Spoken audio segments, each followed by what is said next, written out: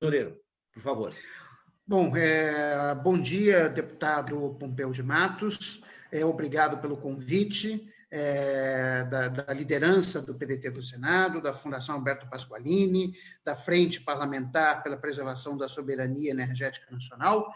Saúdo a todas e todos que estão não só nesta reunião do Zoom, mas estão nos escutando pelas diversas mídias sociais. Eu vou fazer uma breve apresentação, tá? São 4 slides, tá?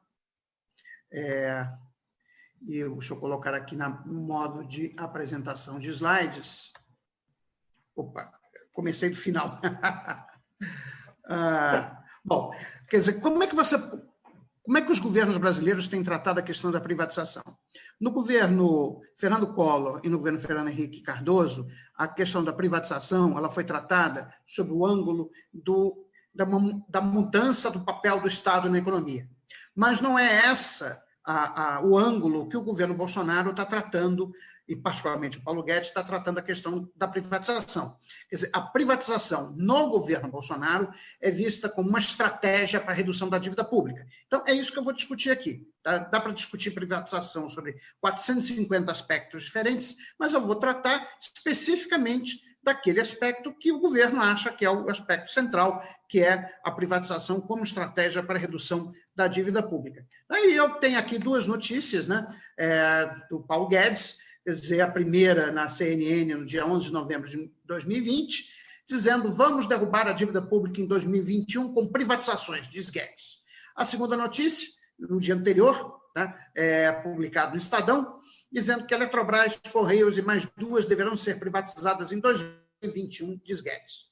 Então, quer dizer, fica bem claro nessas 2 manchetes que a questão da privatização não está ligada com um redimensionamento do papel do Estado na economia, como aconteceu em outras economias, ou mesmo na história mais recente do Brasil, mas está especificamente ligada com a questão da privatização. Com a redução da dívida pública. Então, a pergunta a se fazer é se isso é uma boa estratégia para aquilo que o governo se propõe. Bom, faz sentido privatizar para reduzir a dívida pública? Essa é a pergunta que a gente tem que se fazer.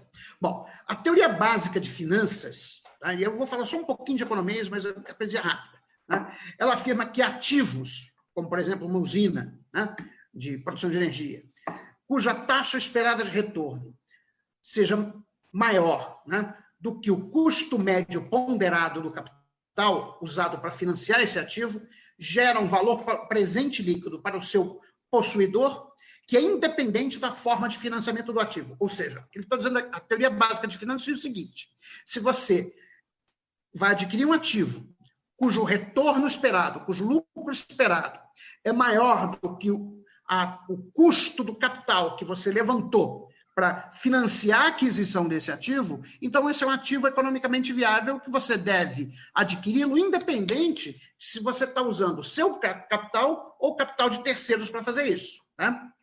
Então, nessas condições, a aquisição do ativo feita mesmo por intermédio do endividamento, ou seja, capital de terceiros, vale a pena do ponto de vista econômico. Bom, uma implicação dessa análise é que um ativo, aqui sim, só deve ser vendido, atenção para isso aqui, só deve ser vendido com a finalidade de redução do endividamento da empresa, se e somente se o retorno esperado do ativo for inferior ao custo do capital. No caso de uma empresa estatal, a venda da participação acionária do governo na empresa só faz sentido se a taxa de juros implícita da dívida bruta do governo, depois eu vou explicar o que é essa taxa implícita, ela não é só a Selic, tá? Porque o governo se financia por diversos títulos com diversas taxas de juros, etc., mas ela só faz sentido, do ponto de vista de redução do endividamento público, se a taxa de juros implícita da dívida for maior do que a taxa de retorno do capital da empresa. Portanto, empresas estatais não dependentes do Tesouro, aqui é importante chamar a atenção, elas geram um fluxo de dividendos para o governo, a Eletrobras gera fluxo de dividendos para o governo, Os Correios, este ano, já geraram um lucro de mais de 800 milhões de reais. Né? Então, as empresas estatais não dependentes do Tesouro geram fluxo de dividendos para o governo que é contabilizado como receita primária, reduzindo, assim, o déficit primário e, portanto, o ritmo de crescimento da dívida pública. Ou seja, uma parte da receita primária do governo é composta de lucros e dividendos distribuídos das empresas estatais não dependentes do Tesouro. Esses lucros e dividendos distribuídos abatem o déficit primário e, portanto, reduzem o ritmo de acumulação da dívida pública. Nesse caso, o fluxo de rendimentos que o governo vai perder ao se desfazer das ações daquela empresa, só vale a pena você se desfazer se esse fluxo de rendimentos for menor do que o fluxo de pagamentos de juros que ele deixará de fazer ao reduzir o endividamento no montante do valor das ações vendidas. Então, uma conta bem simples. Digamos que a empresa X gera de dividendos R$10 para o governo, certo? E o custo do capital, né, para aquisição dessa empresa, custo de oportunidade, é de R$8. Ora, isso significa que se o governo vender essa empresa, ele vai ter uma redução do fluxo de juros que ele paga de R$8, mas vai ter uma redução do fluxo de rendimentos de R$10. Portanto, ele vai perder receita. Se ele vai perder receita, do ponto de vista intertemporal, o governo está piorando as contas públicas e não melhorando. Okay? Então, se a queda da receita primária decorrente da cessão de fluxo de dividendo for maior do que a queda do pagamento de juros decorrente da redução do estoque de endividamento, não vale a pena você vender a participação acionária na empresa como estratégia para a redução da dívida pública. Bom, e o que é que nos dizem os dados? Aqui nós temos uma figura que mostra 3 curvas. Tá? A primeira, e tem 2 eixos. No eixo esquerdo, eu estou medindo a dívida bruta do governo geral, que é a União e bancos centrais, e o Banco Central, desculpa, ou seja, Tesouro, Previdência Social e Banco Central, como proporção do PIB. Tá? Está aqui medido no eixo esquerdo, e é a curva azul. Tá? O que a gente observa aqui, mais ou menos até meados de 2014, a dívida bruta estava estável. Com a recessão de 2014, a dívida bruta começou a subir, porque é uma proporção. Né? Então, como o PIB caiu, é evidente que a dívida bruta vai subir. Tá? E ela estava começando a se estabilizar no final de 2019, mas por conta da pandemia e a nova queda do PIB, a dívida subiu. Tá?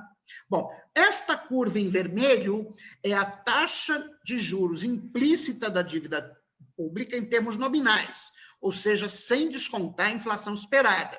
O que a gente observa?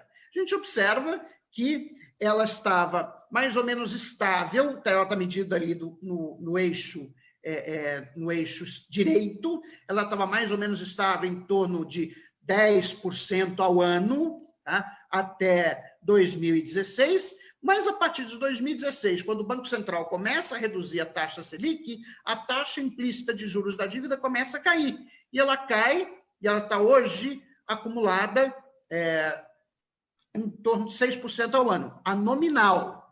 A real, que é descontando a taxa de inflação esperada pelo mercado, ela está mais ou menos estável ao longo de todo esse período, em torno de 2% ao ano. Então, a primeira coisa que a gente tem que ter na cabeça, quando a gente olha esses números, é ver que a dívida pública não é um bicho-papão. Ou seja, o Brasil não está caminhando para uma situação de abismo fiscal, que o governo não vai mais conseguir rolar a sua dívida.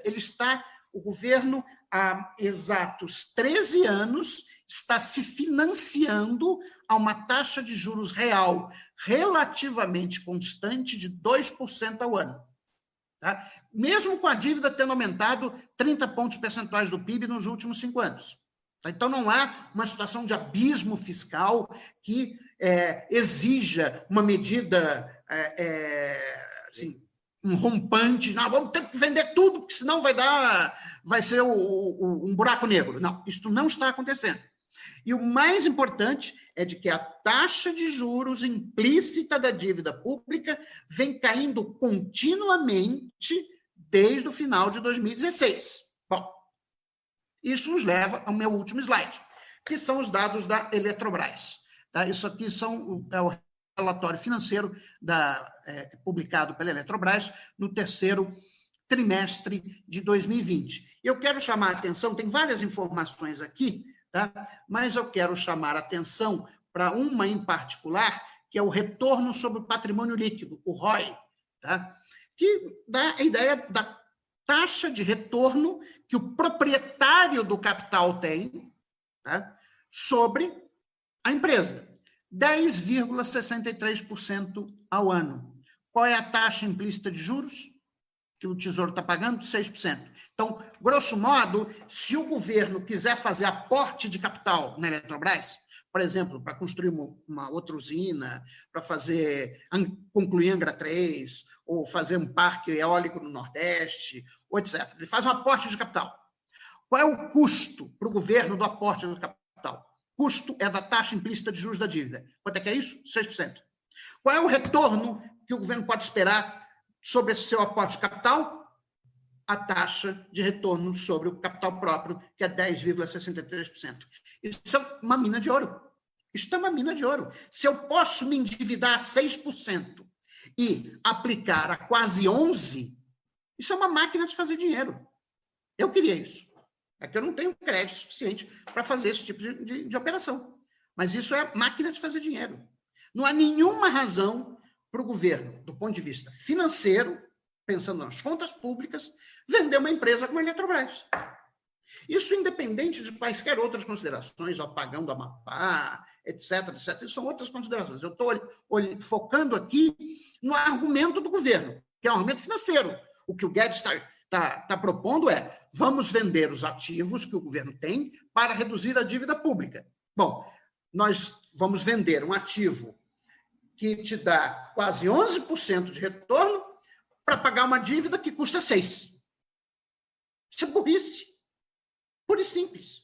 Burrice pura e simples do ponto de vista financeiro. E como tem a Eletrobras, tem vários outros casos, Banco Brasil, Petrobras, enfim. Realmente não faz nenhum sentido do ponto de vista financeiro. Tá? Quer dizer, poderia eventualmente fazer sentido se eu dissesse: não, eu vou vender esse ativo para comprar outro. Tá? Para financiar investimento. Aí a gente até poderia discutir do ponto de vista financeiro. Mas essa estratégia que o Guedes está propondo, tá? É burrice pura e simples. Tá? E com isso eu termino aqui a minha apresentação. Muito obrigado e, enfim, fico aí à disposição para outros esclarecimentos. Então, eu gostaria que, para nós fechar, então, nosso José Luiz Oreiro, que fizesse a sua despedida e nós faríamos pela ordem, conforme o pessoal for entrando, o pessoal vai saindo também. Tá bom? Nosso professor, o professor Oreiro. Bom, deputado Ponto de Matos, muito obrigado mais uma vez pelo convite, tá? Da Fundação Alberto Pasqualini, da Frente Parlamentar pela Preservação da Soberania Energética Nacional.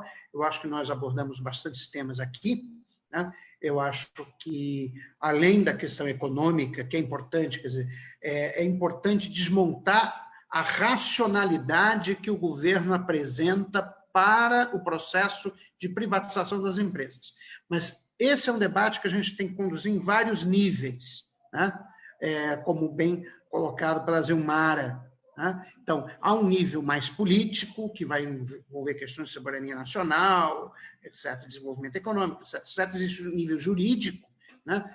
Em que é possível arguir sobre a inconstitucionalidade da privatização tanto dos Correios como das empresas do setor energético, e ao nível econômico, em que você está dizendo: olha, se o objetivo do governo é privatizar para reduzir a dívida pública, isso é um nonsense completo.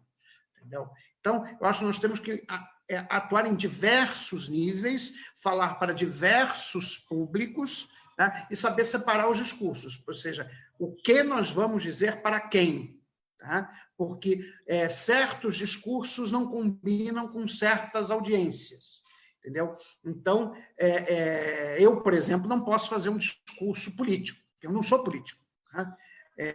O deputado Pompeu é um político, ele pode fazer um discurso político. Tá? Mas, enfim, eu acho que são essas as considerações, temos que ter uma visão abrangente sobre o problema, tá? Inclusive até mesmo levantando dúvidas sobre a lisura do ministro da Economia, que parece que já existem evidências, ou pelo menos indícios, né, que apontam sobre quais são os reais interesses do ministro da Economia com o processo de privatização. Isso deveria ser melhor explorado. Mas é isso, me coloco à disposição do PDT, né, para o que for necessário nesse debate sobre a privatização das empresas estatais. Muito bom dia a todos e obrigado.